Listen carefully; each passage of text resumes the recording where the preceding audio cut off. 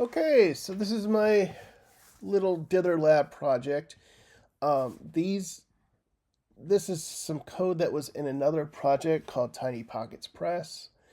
And to try and reduce the overhead of what is in Tiny Pockets Press, I have started separating things and making them into a plug and play architecture and moving them into their own repositories. And dithering is something that is reusable in different platforms. So I have a little test harness here that actually lets me experiment with just the dithering. I've got an image that I've loaded up here.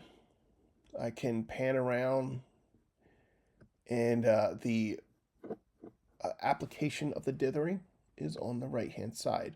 Right now, we've got a threshold set up at the moment, which people would probably argue is not a dithering. However, many of the dithers do use a threshold of some sort, and we'll get into that in a bit. With threshold, I have this cutoff that tells me at what point do I consider color white or black. And as I adjust it, I can make it, sometimes I can get more detail in certain parts of the image that I'm more focused on. I also do color. And for an example, I just use the colors that a common inkjet printer offers. So you can actually see how something would print out on paper if I only had that dithering applied. And if you look down here, we have white and black. We have cyan, magenta, and then over here we have yellow.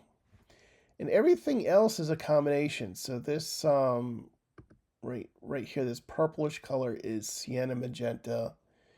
Then we have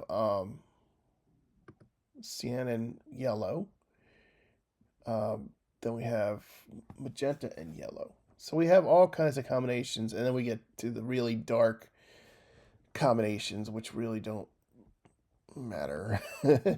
But what is called CMYK, cyan, magenta, yellow, and black. And it's an overprint palette. All right, so let's see where the magic happens. Let's go with bear.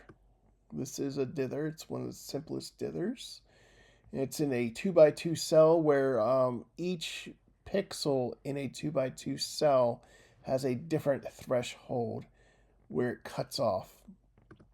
And so when you have mono, you have this appearance of four, was it 4 or 5? I think it's 4 grayscale colors. So you have you have some portions of white, light gray, a medium gray, a dark gray, and a black. Okay, so you got 5 grayscale colors in a sense, but that's just in reality it's just black and white. That's actually comes out. The overprint, whoa, we've got a lot of detail with our overprint now. We've got a lot of color. So a printer can actually print this out fairly well. And we can apply the threshold to our color. Maybe I want that. And we could do the same with these guys. So, yay.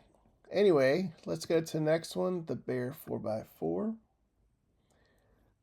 And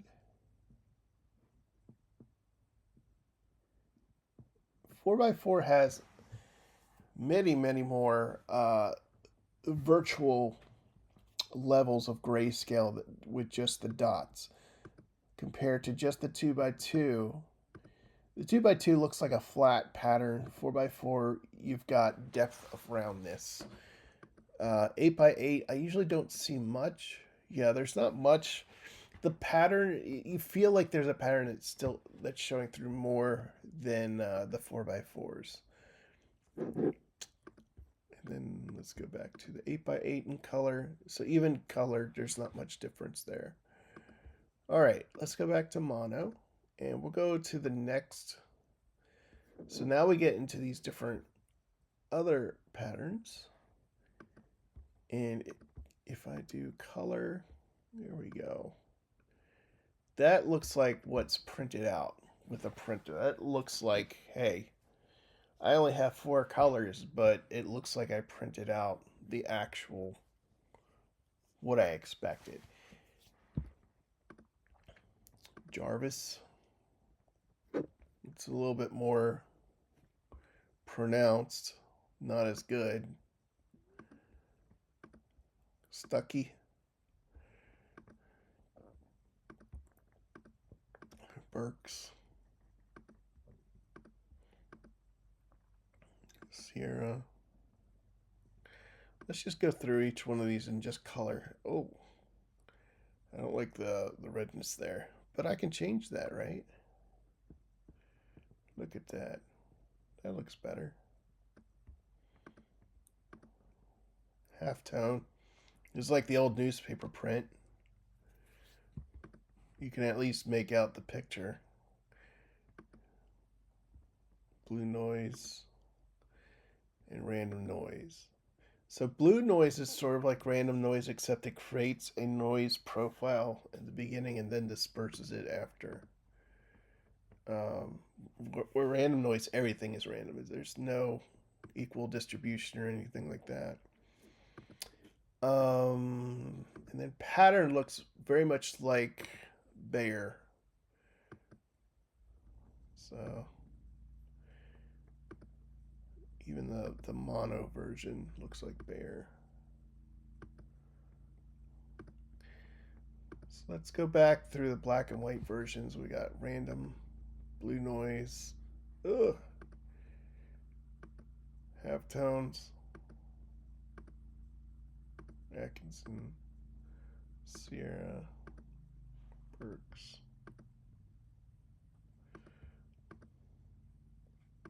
Something I need to work on, and I'm not sure if you can kind of see it, but there seems to be like a tic-tac-toe grid going on the output.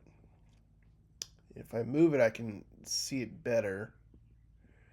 But there's a vertical line here, a vertical line here, so, and then a horizontal line here and here. So I think I'm just too small by 2 pixels on each side. I think the border might be having an effect in kind of squeezing things together, because that grid should not appear there. All right. The other thing I do is I have this. This is a code, but I have an explanation and a gallery of each effect of all the different dithers, and a little bit of explanation behind each one. Oop. Time to wake up.